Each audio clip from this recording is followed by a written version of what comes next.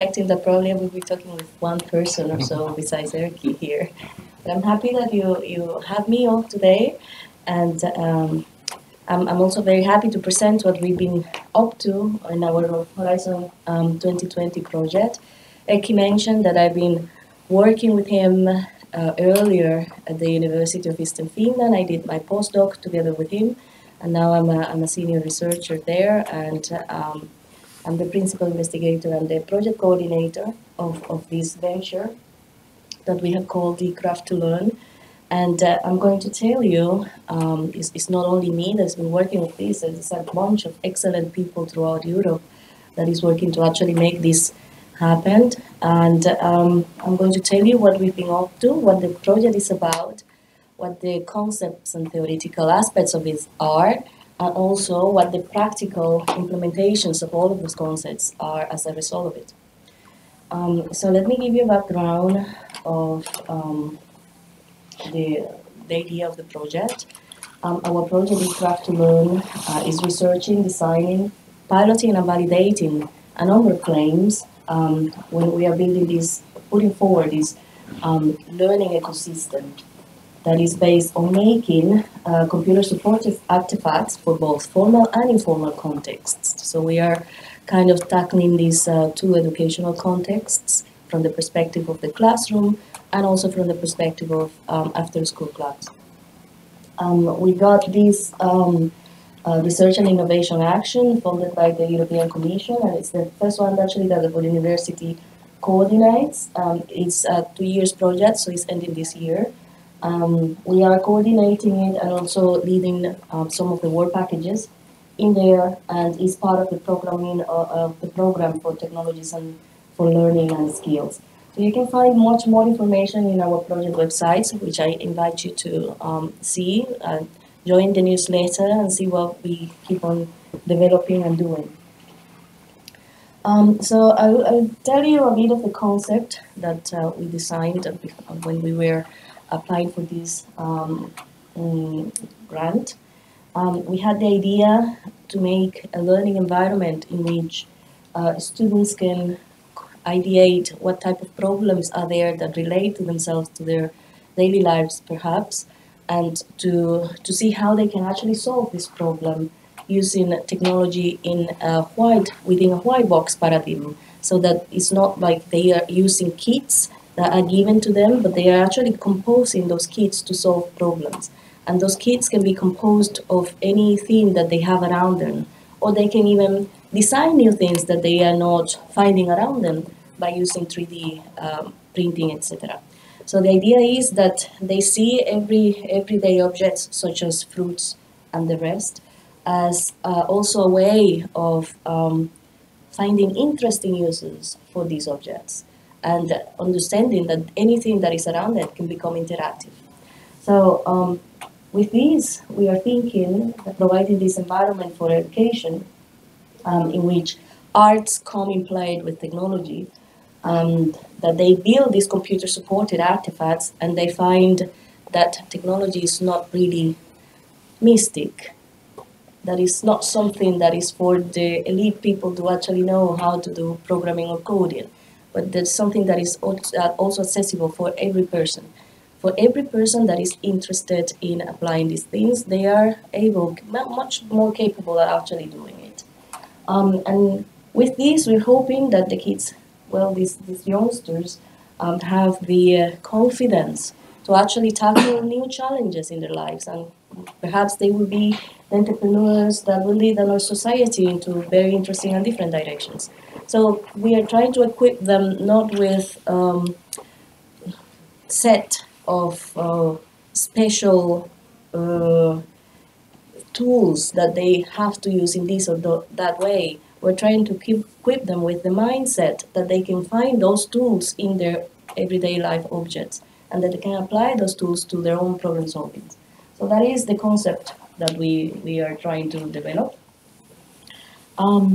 The consortium is conformed to actually realize this concept, which is very much ambitious.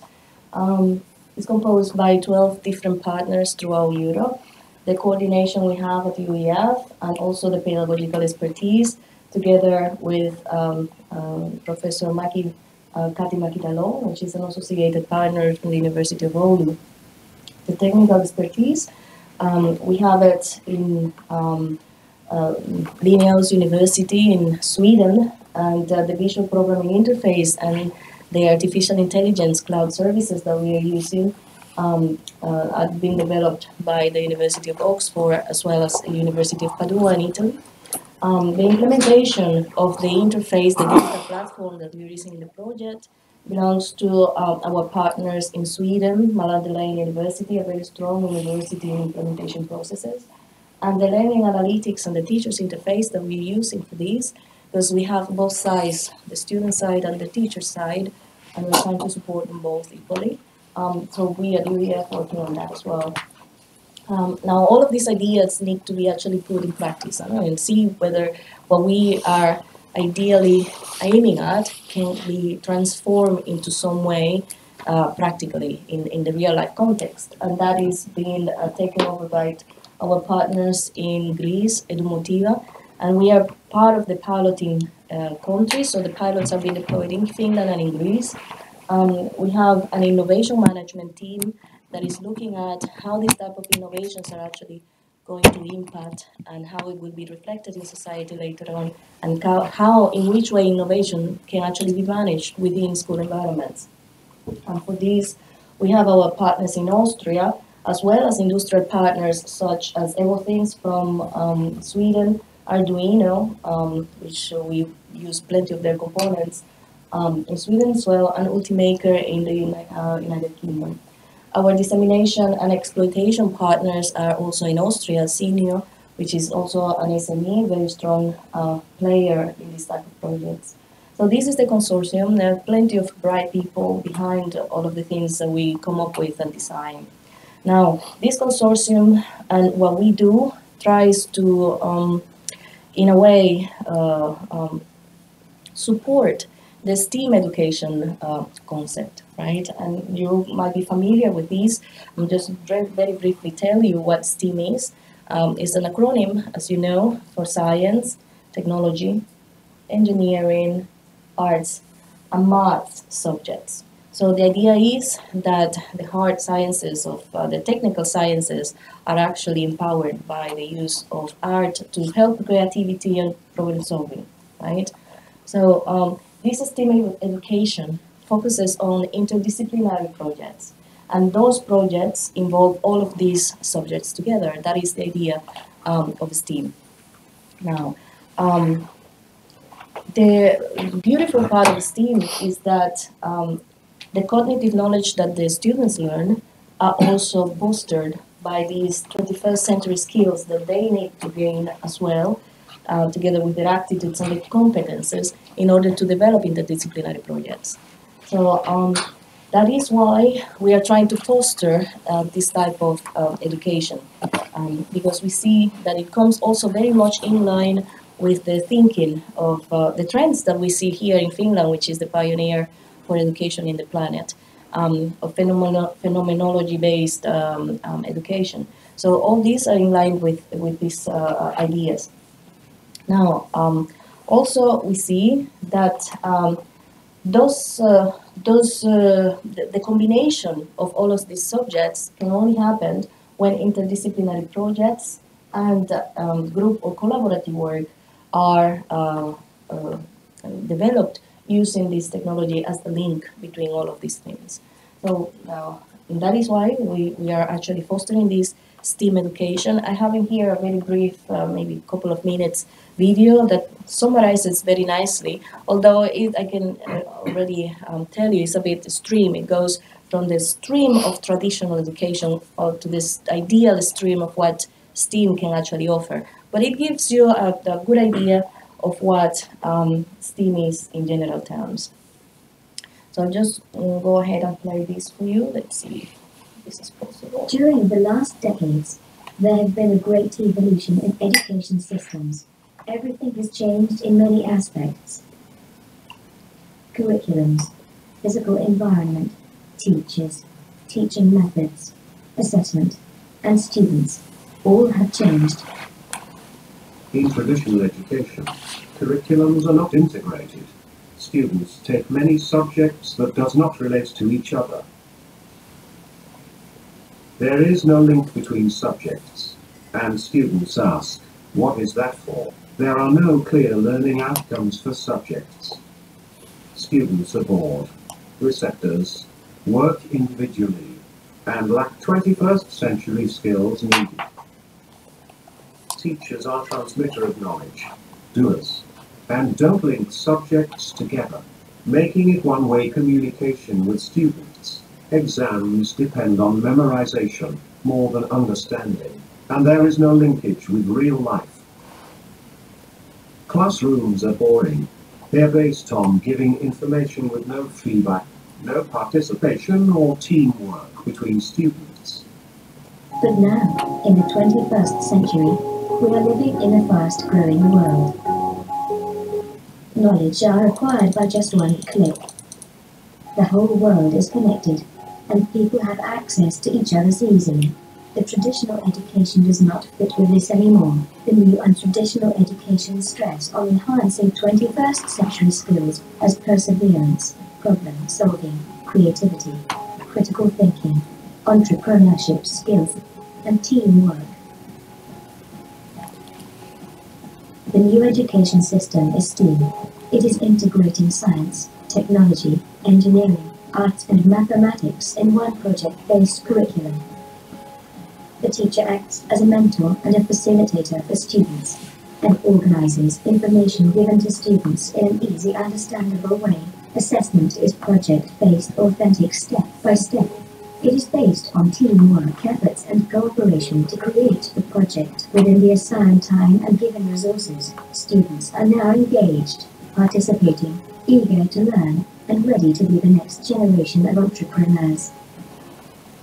Well, that is ideally what would like to happen. And of course, it's not like a traditional education is all bad, not at all. I mean, it's just that it needs certain elements in order to be able to adapt to the changes of a global society, of a digital society.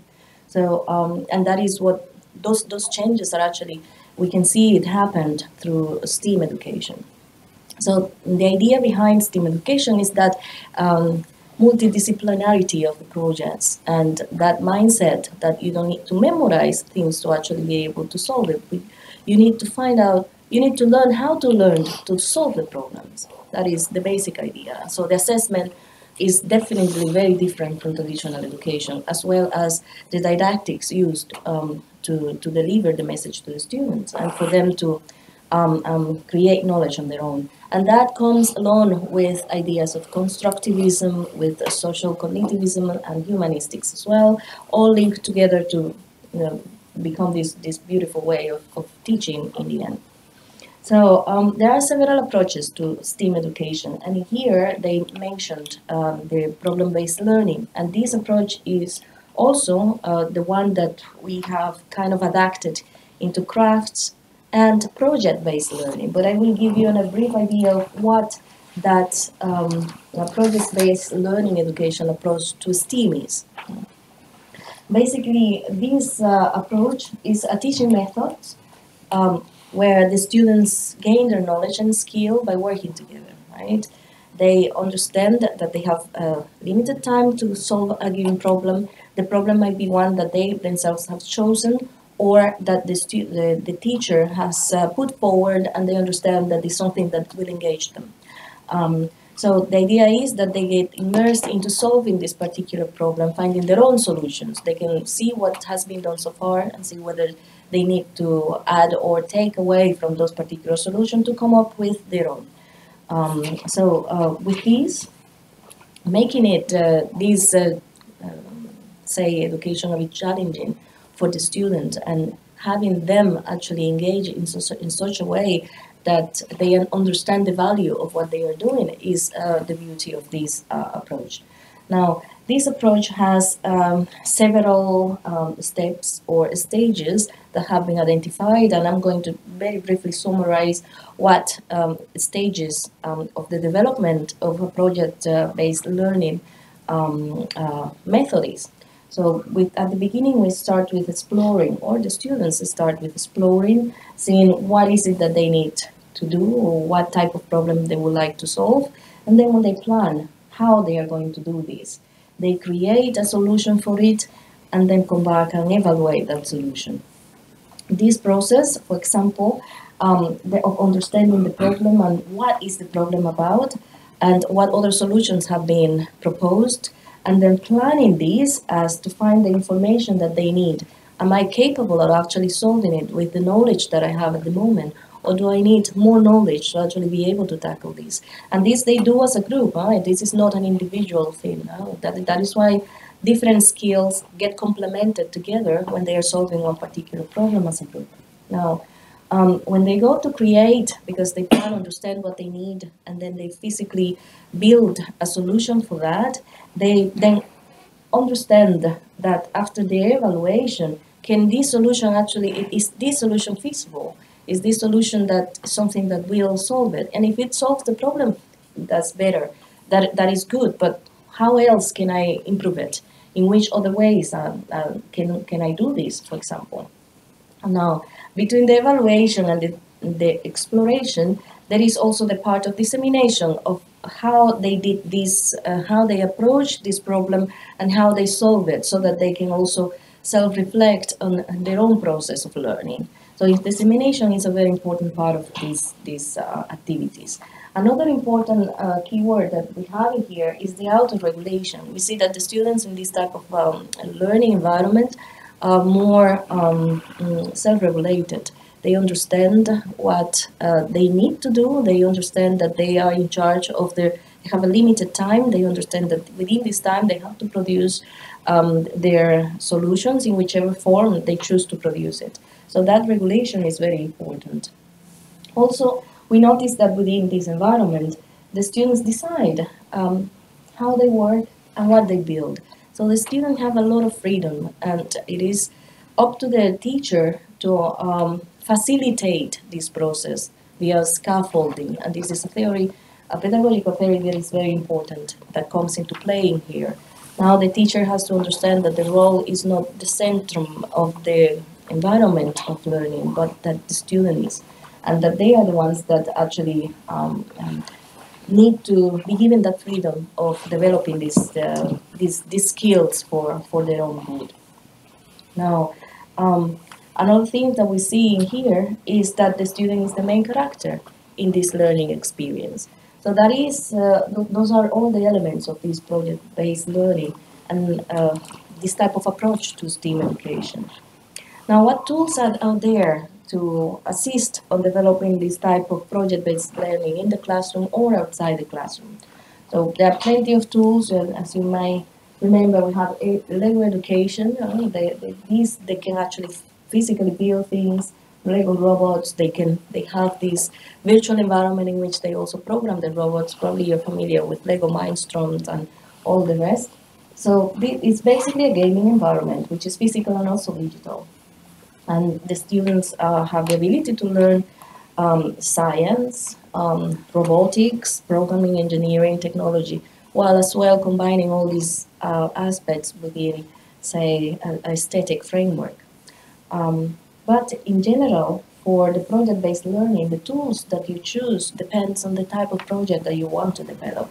Another interesting tool that there is also the Minecraft to do. As you know, Minecraft is I know that resonates a lot with people. Yes, Minecraft is this entire universe in there, and a lot of people like it.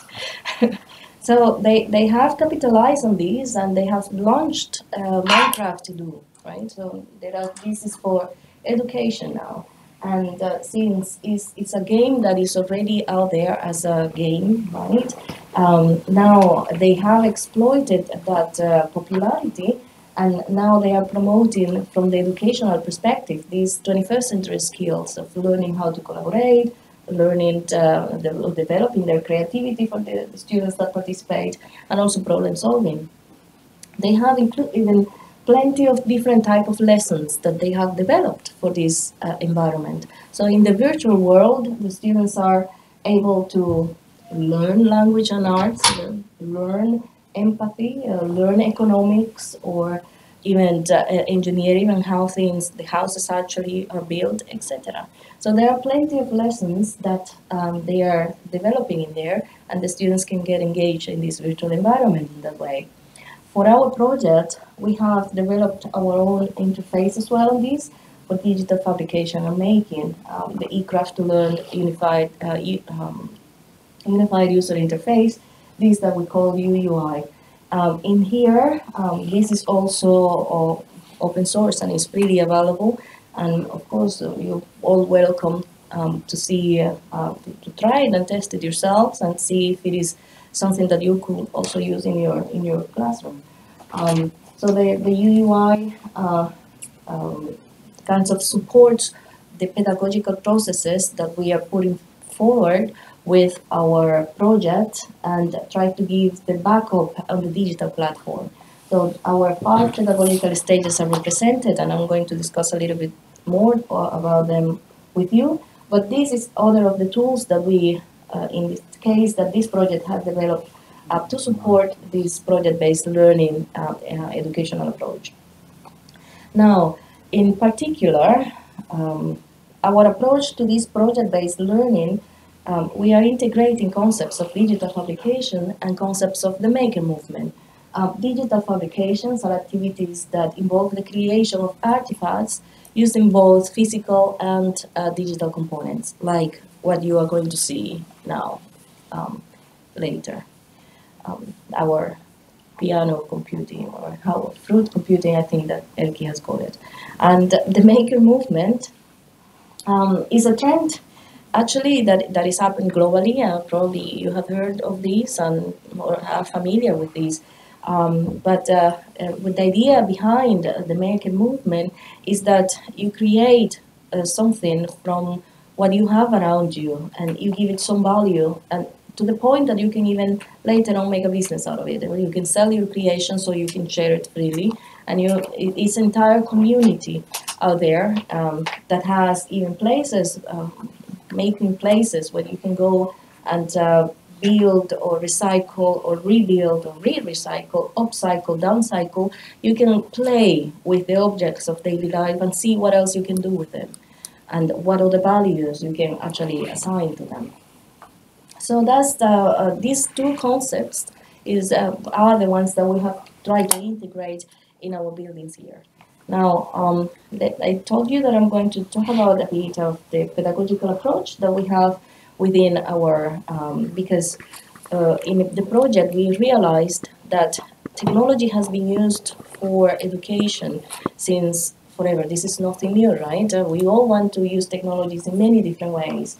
Not only to project PowerPoint, but to learn, help the kids actually learn how technology is useful. Now, in our methodology, we understand that even though there is plenty of technology that is out there, it has not been really widely integrated into the classroom activities as such. And many factors come into play in there. But one thing that we noticed is that the lack of a solid pedagogical approach to integration of technology was missing. So we are proposing then our pedagogical methodology, including 5 different stages to process, to go through this STEAM education and to develop craft and project-based learning activities. In our proposal, we have these 5 stages, including ideation, planning, creation, programming, and sharing, in which, with the ideation, I think the rationale behind it was that the student was supposed to be able to see the world around them, understand this world, and see what problems they would like to solve. It might be as simple as when we come to the classroom, the lights are on or off, and we want it the other way around. How do we do this? Yes? In the Paulo Freire pedagogy is read the word. There you have it. Yes. There are many these. You can find similar type of stages, not exactly these types as they are here, but you can find many other similar types in the design thinking approach. Design thinking approach also needs to structure the mind of the person that is doing this design. But we have kind of trying to integrate different type of approaches, of pedagogical approaches, with elements of design thinking as well. And this is what we came out with, right? So we identify these challenges, or the students identify these challenges in the ideation phase. In the planning phase, they understand how they are going to solve this, what they need to solve it, how they can distribute the roles among the team that they are working with, what are the strengths of each other. So there is an element of self-reflection in their self-awareness. What can I do? How do I do it? How can I improve? And how can I get better at doing what I know how to do? Or how can I learn fast something that I don't know yet? So all of this comes into this planning stage. Another thing is that these stages are not strictly separated. They can come mix and match with each other. And after you pass one, doesn't mean that you have to go in a straight line to the next. You can come back and recycle ideas from before and make it better later. And so you progress. Generally speaking, for representation, we have kind of divided into these stages. But when we have observed this in practice, we notice that the students can, for example, do the planning and the creation at the same time, or the creation and the ideation, and come back to the planning later. So there are very much mix and match of these stages when it is actually deployed in real contexts. Within the creation, we want the students to physically build things so that they understand how things work, because they made them work. And in the creation also, we emphasize the aesthetic part of what they are doing. So arts play a very important role in their creations so they create this computer-supported artifacts. You will see later. I wish I could clean up all the cables so that you only see the fruits. Probably if I had a table where I could put the cables from behind, that would have been more beautiful for you to see your piano playing in this way. But in any case, the idea then is that once things are built, you give these things interactivity, so you program them. And we have within our environment several tools that we can support programming with, and the kids learn this programming as they are progressing with their creations, and as they are going through this process in their activities. So many of the kids have no idea how to program at the beginning, and of course they feel challenged, and they feel that, well, maybe I won't be able to do it. But once they pass that fear, might take 1, 2, 3 days, they understand, oh yes, this is something that is not too difficult. And then the feedback that we have received that the programming was actually fun, because we are trying to, using visual programming environments, we are trying to decrease that learning curve for the kids and try to minimize that bad stereotype that programming is very difficult for everyone that actually participates in this. So that's also something that we're doing here. We give interactivity to the objects that we create, and finally we showcase them so that the kids are actually able to tell others what they did, because we understand that by that way they can also reflect on their own learning and their own knowledge. So these are our pedagogical stages, and these pedagogical stages then are supported by our technical core. And we were thinking that if the places where this ecosystem is going to be deployed it does not have access to a computer lab, so they can very cost effectively build their own computer lab using components such as Raspberry Pi, which is a small computer, really, the size of a credit card, and electronic components such as Arduino, etc. And now we have developed this core even further, in which the students don't need to have a monitor or a keyboard. They can connect to the Raspberry Pi through their mobile phones, or through their own laptops, through their own tablets if they have. So there is no need for monitors, USB cables, or mouse anymore if the students prefer to use it through their own mobile devices. But if you have your own computer, then you can just connect the computer to your Arduino board, which is another digital component, an electronic component that helps you in the making process of new artifacts and to give it interactivity. So you connect it through USB cable, and there you have, you're good to go. So this is, probably later I have the opportunity to show you that unified user interface and how you can interact with it. So the ecosystem of our project, then integrating all of this technology and pedagogical approaches, looks something like this. You have ideation stage in which the kids explore the world. You have the planning stage in which they actually understand what they are going to do. You have the stage of creating, either by using 3D printing or by using recycled materials, PET bottles, cardboard, whatever you have, crafts materials. You build something that, according to your plan. Of course, all of these, you can also be using the central unified user interface that we have provided for this type of activities. Then you have also the programming, and for these we have habilitated even services that include AI. So the interactivity that you give to the created artifacts can be via voice commands or face recognition, etc. So the kids can also play with very advanced technologies and in a very accessible way. And finally, the sharing with the peers and also with the open community.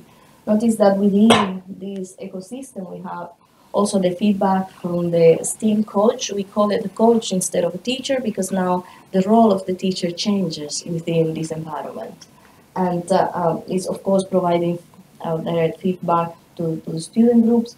But the idea is that the student that fosters this reflection, self-awareness, and self-regulation throughout their learning process. So this is the ecosystem in a nutshell. Very briefly, I'll give you some ideas of the projects that we have. One of the projects, for example, that we have developed is just building a lighthouse in order to let the students understand how LED works and how can you actually make whatever constructions that you build interactive. So we have it in here, very simple. The command, the instruction that you're given is to use paper or plastic bottles or whatever it is that you have available to construct a lighthouse. And that lighthouse needs to react when, of course, if it's dark outside or in the environment is dark, then it lights up, or whichever other condition you consider that a lighthouse should suffice. So the interesting thing of this is that it accommodates different levels of difficulty. One of the levels of difficulty is just have your LED turn on and off, or just turn it on, make the LED work. Another level of difficulty is, okay, now try sensing the environment and make the LED react to the changes on the environment. That's using a photoresistor, for example. And a third level of difficulty is use voice commands. So in here we're using AI programming. If you tell the lighthouse now it's dark, then they should turn on the light, for example.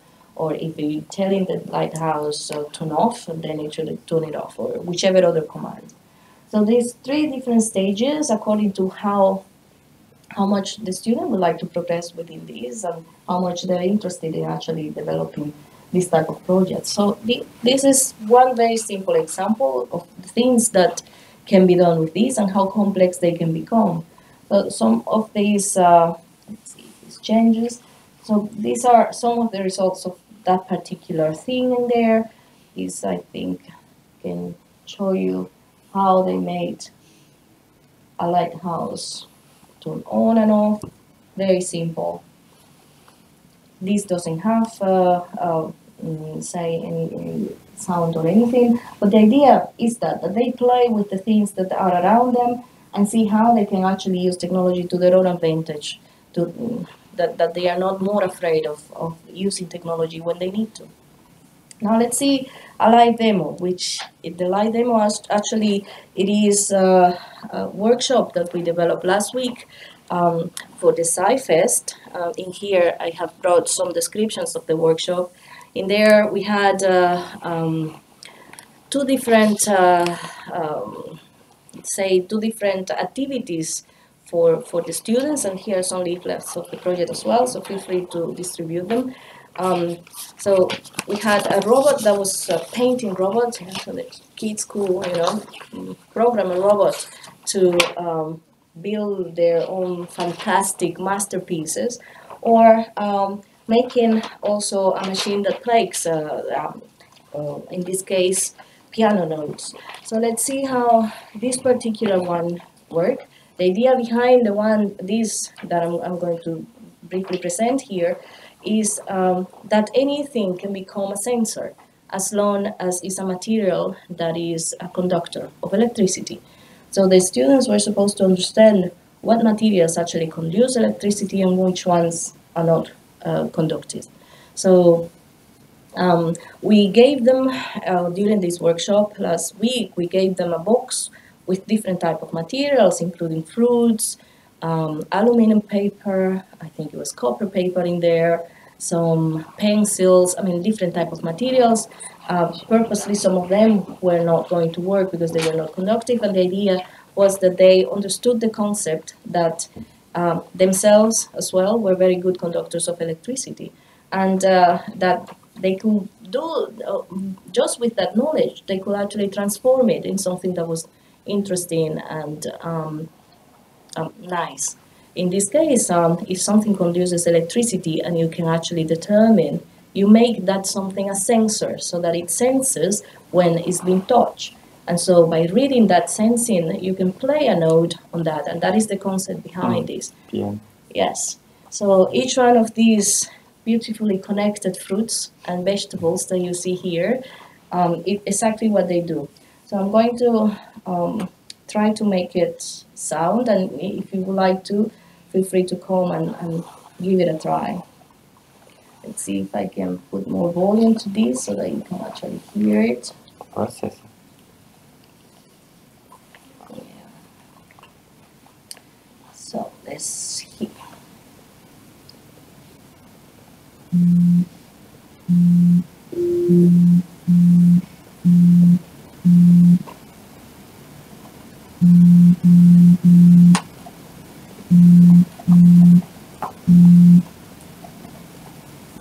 Okay.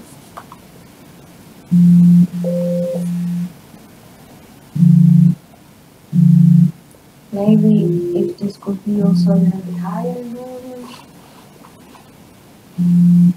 It's quite a nice bass in there.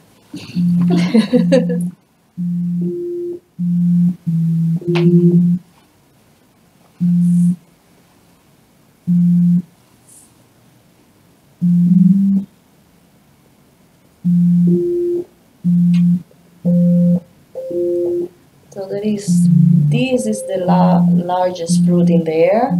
There's a little bit of discalibration with one of them. Let me see if I can find it, see if I make it sound better. Oh, that one was good. And now some of the fine ones down there.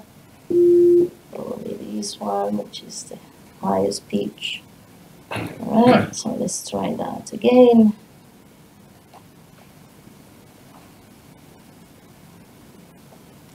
So let me show you where am I doing this, because I'm doing this through the unified user interface, the program that we actually have developed.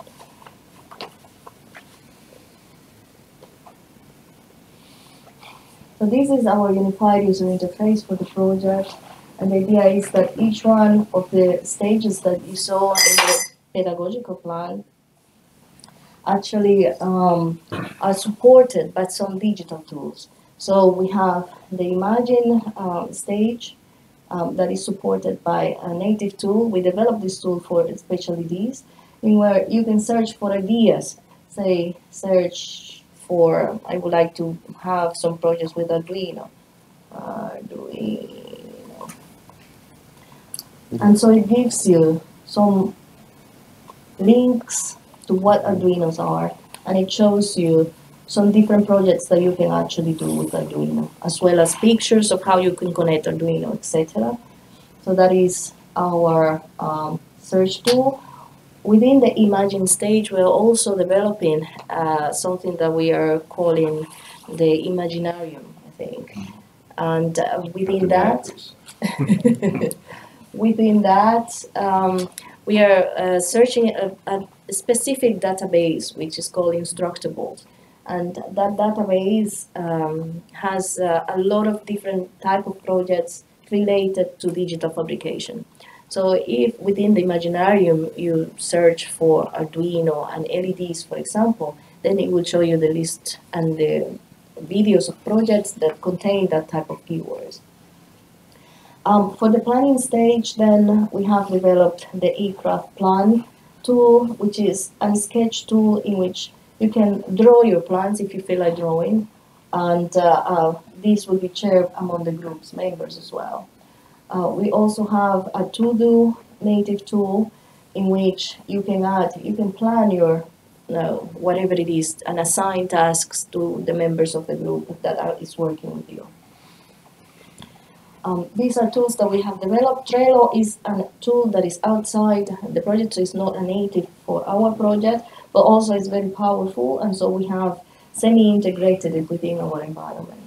For the create part, we have powered that with Tinkercad, which is an Autodesk program, and you can do 3D design as well as circuit design within Tinkercad. You can first physically, virtually connect with your circuit and see how well ideally it will work, and have an idea of how you should physically connect. So that is with this. These are not proprietary tools of the project, so these are also external tools that have been semi-integrated. There is not deep integration of these tools, although they will definitely open, and we could track what the students do within these tools to a certain level. The tracking of these also is important for learning analytics, because all of these, we are sending information to the teacher's interface that is powered by learning analytics. There are some other Beetle blocks also. It's a 3D modeling tool that uses visual programming environment for it. So it links, these Beetle blocks links with the Snap and Snap for Arduino that we use in the project. Snap for Arduino is particularly this that I have, is a visual programming environment. You drag and drop blocks, and you connect your Arduino and use the sensors that you want to use to do the work that you would like to do. In this case, that's, for example, how this particular project works. So here, that's the sound of the last note. That's the sound of this particular note. That is the sound of this note.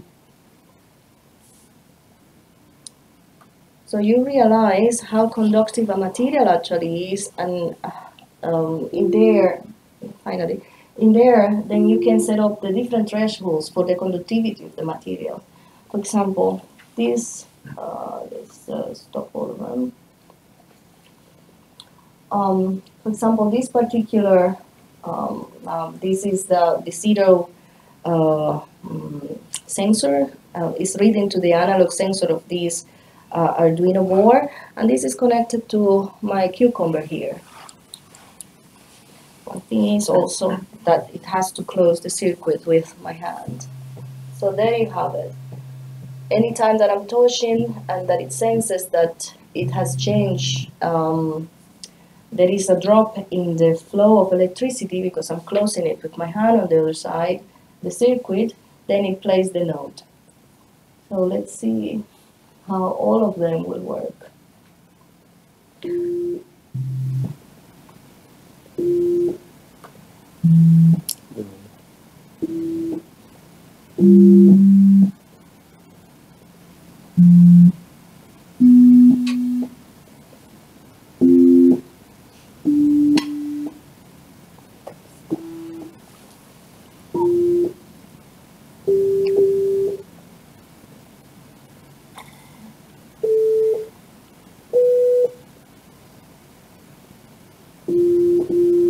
That is it.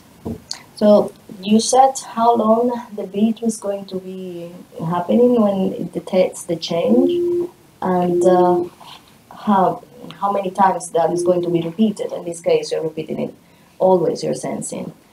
So for example here, if I keep on touching my cucumber, it's playing at that beat, done, done, done, 0.5 seconds. But if I play it once and then play the other, as long as it recognizes the change. And some materials, of course, some fruits seem to be more conductive than others. So this orange is not liking very much the conduction in there. There you have it. Yes. Also, the threshold, you can find out how to set it up. Let me stop it all. Example, we're reading our analog input from sensor 1. If we want to find out what the threshold is, at the moment you have, when no touch is given, you have that value.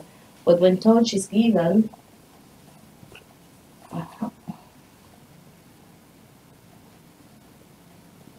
you see the decrease in value, even if it is slight. So there are some materials that are more conductive than others. So you can identify these materials and build your piano accordingly. So that's one of the programming environments that we're putting forward in our project, as well as Snap. We also have, for these programming environments, AI block, artificial intelligence. So you can use these blocks to talk to your fruits. If you want sensor 0 to actually place a note or say something back to you whenever you touch it, then you can do that. So instead of having a piano, you can have, I don't know, a conversation with all of these fruits, for example. And what about if you eat? Oh yes, they will not like it. Are you eating me now? Are you serious? Etc. Yeah. And finally, then we have the sharing stage, which is powered in our case by Thingiverse. At the moment, although for this stage we are also trying to build our native tool. By the way, these are not native tool either, but these two have been deeply integrated into the project, so into this interface, because we have access to the source of these, and that's why we can develop also blocks that are according to what we have promised to do within this project, including artificial intelligence capability. So this one also is another of the tools that are there. This also opens within here. However, this is an external database for sharing, say, 3D models and designs, etc. So this is what we have in here at the moment. If you would like to play a little bit with the piano, that would be very fine. See if somebody actually knows how to play. Now maybe you can make some melody out of this. And that's all that so far I was to say to you. Hasem is a pianist here. Well, there you have it. You can have a pianist to see how this works. Thank you.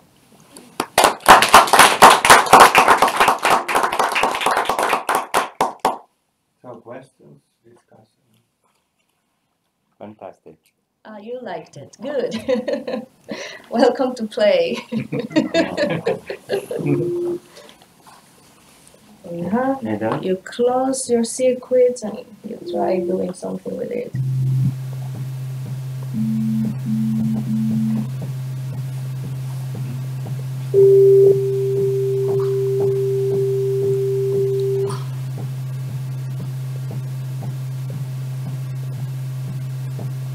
And for example, with this, so how much have kids been involved in designing? They were the ones who designed it during the SciFest.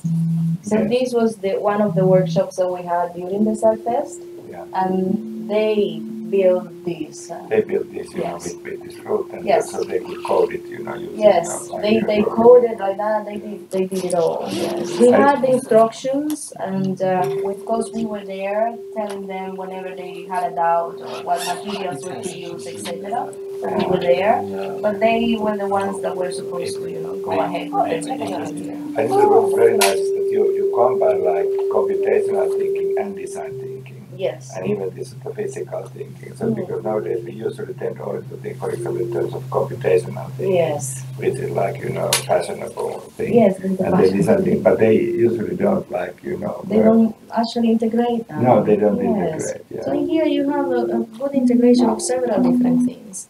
And the idea is to see. Oh. Yes, that's All right, you're closing the circuit to here though, instead of through you. Yeah, the other. No, you just need to ground it. If you Yeah. ground it somehow, that would be fine. And you're just grounding it through you at the moment, but you can ground it somewhere else. So interesting because but this have the time, and the time is no this time is about the capacitance of the elements and the system. My and this Yes. in the time analytically is very interesting. Yeah. This data, if you storage this data, you have your state in together with the state of the fruit that you're fruit. touching. Yes. And that's why there is also slight delayed. You have to touch, but you need to touch enough so that all of this is recognized. The delay.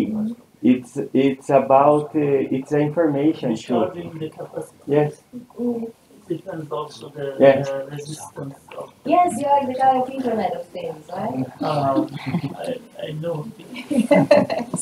So there it's you very, have very a lot of different things to build internet from, at least trying to make things interactive in some way. I can suggest also if you program it in a way that it gathers one scale, so then it is more interesting because if they can play harmony and they can play.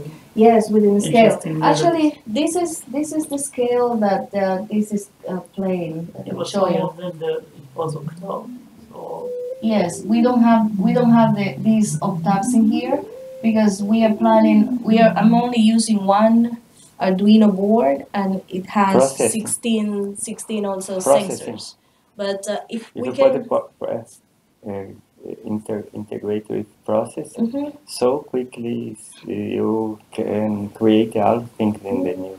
Yes, indeed. So we can have two Arduino boards, for instance, to give us more sensors, and that I can actually, program the entire keyboard. At the moment, I'm not programming the dark keys, only the yeah, and also it would be interesting that combination of the apple and orange. Yes. So it would there be you have it. Yes, there you have it. Yes. Combination of apples and oranges. And you can see what you get with that. harmony. And the rhythmic too is so interesting. Yeah. So you can actually change all that depending on the number of beats you want to play as you touch whatever object is there, or what note you want that object to play, or what reaction you want that object to have. So yeah, all of these can be very nicely, developed in many different ways. There is a question. Yes? No. Yes. Yeah. You mentioned about that you are trying to combat the stereotype that programming is difficult, and from all the cables and electronics, it came to my mind that I was wondering that how are you combating the stereotype that electronics is hard?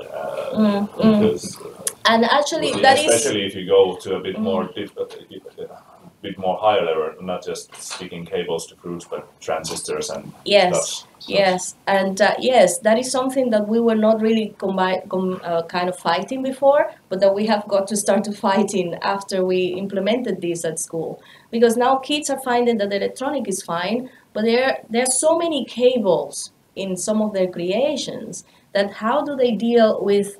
And this is also something that is interesting. They have been then forced to develop ways of designing these things more beautifully, because now they want to hide all the cables. And how do they hide these cables? One of the project was on security, and there was this group of girls that was designing a museum room in where some beautiful stone was in there, and they wired up so that if the stone was lifted, there was an alarm going off. But how would they were having so much difficulty on finding out the right balance on all the cables that they needed to put to actually make the sensor work properly, and the artistic display of what they were doing. So they have been forced to actually think on definitely better ways than these. I could have, spent a bit more time to make it less frightening with all the cables in here, but really didn't have the time to do that. But yes, we don't show at the beginning all of the sensors working. We give 3, 4 sensors so that they see what can be done, and that is up to them of how well they can scale it. They are not then that afraid because they see how one of them is connected and they see what they are doing. They understand what they are doing. So it's not as if a kid comes now and see this, it's like, no, I'm not gonna do that. I mean, how could I do that? But if they start with the first resistor and the first connection, then they see that it's just repeating the same process. And so it's okay. If they are the ones involved in it, I think later on what it develops is that they want to make it pretty. They don't want people to see all these cables, so they want to hide it somewhere. So they need to kind of design their makings in beautiful ways. Yes. Yes. Talking about these museums, you have moving night in museum. So we could have a night at university, and there would be like different kinds of these systems, and have the kids from the school to come. And interact with these things. I think that might be actually quite nice. Maybe last one in school you might do something like that. So it's just, of course we can always open this department. I mean, just for a night or something like that, because we have like the AR and we have the electronic stuff and very good. That, we could have. That might be actually quite nice because anyway, This researchers' night. Yes. Yes, there are researcher nights. Yes. Exactly, and we could make it really night because now it's like this mild night, which is evening, like and like real night, Okay. like real night at university. That's what we can do. That would be really nice. Yeah. Yes. But you have a meeting at 1. We need to feed you before time. So. I mean, Calkin is now, waiting for the first time here, but certainly, I mean, the idea is to look into like ways to collaborate. Yes. And we are going to have lunch downstairs, so if some of you want to join, but I'm only covering it. But anyway, you are welcome, to join for lunch and talk with her. But thanks, Calkin.